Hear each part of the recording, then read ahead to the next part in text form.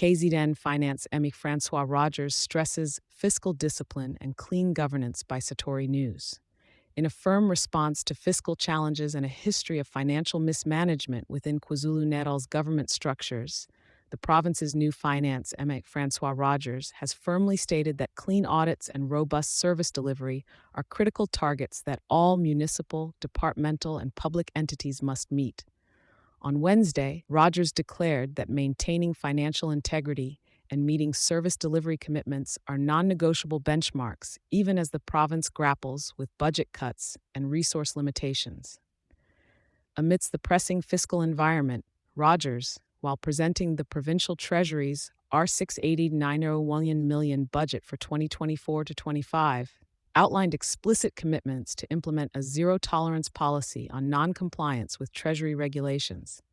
The gravity of this position cannot be understated, as KZN works on restructuring its financial management in wake of a R27.88 reduction to the Treasury allocation, austerity measures reflecting the financial squeeze faced by the province's various departments. Even with these constraints, Rodgers, who took office on June 18 after the ANC lost its majority, reaffirmed the motto of cutting coats according to fiscal cloth, committing to maintain high standards of governance and service delivery. The province aims to adapt through innovative approaches that will keep administration both economically and socially transformative, while staying financially afloat and cash positive.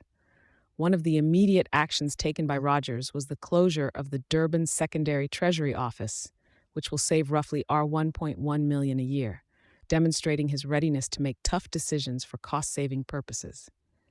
His past record as a proponent of financial stringency resonates with the closure move, and his stance on minimizing extravagant spending on nice-to-haves, like substantial cuts on subsistence and travel expenses.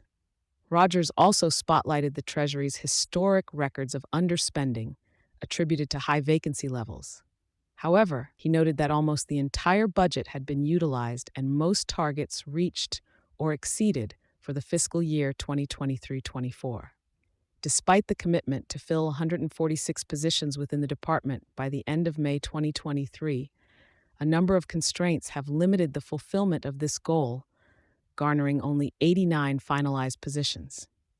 In tandem with financial management reforms, Premier Tommy Ntuli presented a budget for the Office of the Premier, which included the implementation of a new forensic case management system aimed at bolstering the efficiency of investigative tracking in government.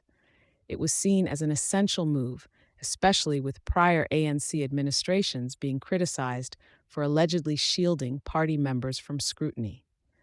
With a slight decrement in the allocation to the Zulu royal household, the provincial budget reflects a trend of fiscal reprioritization, wherein resources are being streamlined to service delivery essentials and support mechanisms to reinforce procedural and financial compliance across the board.